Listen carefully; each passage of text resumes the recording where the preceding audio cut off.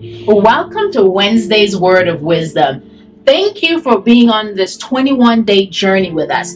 Most of the church was doing a corporate fast, and now it is over. Today is Wednesday, so it's been over for a couple of days now. Now what? The fast is over. Now what? What do we do? All right, come on back and find out what we got for you.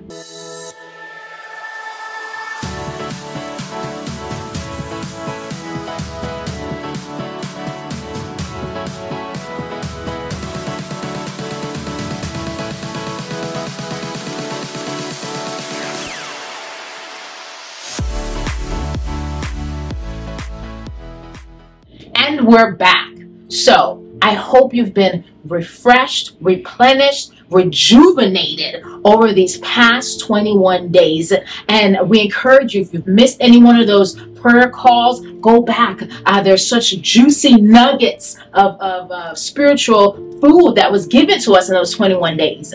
But what do we do after the fast? What does life look like? What do we do for the next 344 days? Well, First Lady spoke Sunday, and she gave us three things, and we can probably add some more, but the three things she gave was giving, praying, and of course, fasting. Yes. Fasting shouldn't just be this 21 days that we do. If you feel God leading you towards something, or if there's something that needs a breakthrough in you, you need to fast. Yes. Because what it does, it helps you get closer to God. It opens you up to the things of the Spirit. So those three things we know.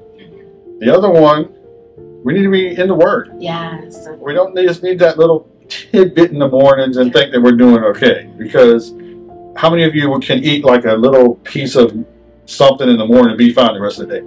No. I know I can't. So unless I'm fasting the whole day, that might be the only time. But you see, we can't just rely on that nugget. We need a meal. Yeah. Oh.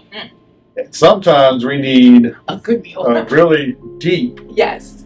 I mean, we can buffet again, and we're in there for an hour or two. How many of us can say we do that with the Word of God? Sometimes we need that. Yes. Sometimes we need to sit there in prayer with the Bible open, reading and seeking God to go to that next level that He wants us to be. Yes, we've got to feast, right?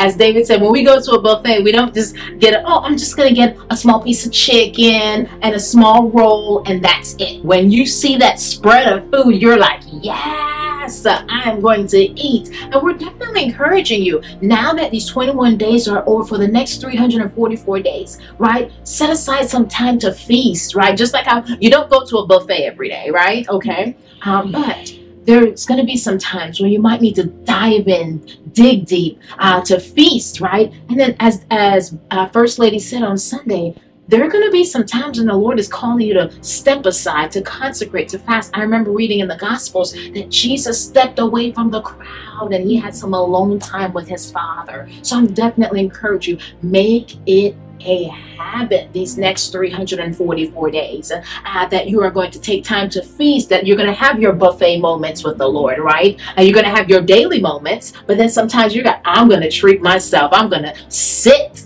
and I'm going to spend time in His presence and feast on what He has for me. And as First Lady said, sometimes make time to fast, right? As David alluded to, that these first 21 days of the year should not be the only time that you fast. As believers, we know sometimes that if we're believing for a breakthrough and we're pressing and we're trying to hear what the Lord has to say, we have to push everything aside and we have to fast. We have to position ourselves to hear what the Lord is doing in the battle for us. So we know that times we fast when we've got a battle coming up, or we're in the midst of a battle, or sometimes we need direction and we need to hear from the Lord. So I definitely encourage you, in these next 344 days, let fasting be a part of that, right? You're being in the Word, feasting on the Word, be a part of that 344 days, and prayer. Oh goodness, we can't forget it. That should be daily. But then, as we said, there's some times when we might have to spend more than just 5 minutes praying, right? We might have to be in our secret place, in the closet, prayer closet, for an hour or so. So definitely, if you want to see God move, position yourself for Him to move in your life. All right, so those things are what? Giving, prayer, fasting, and the Word of God.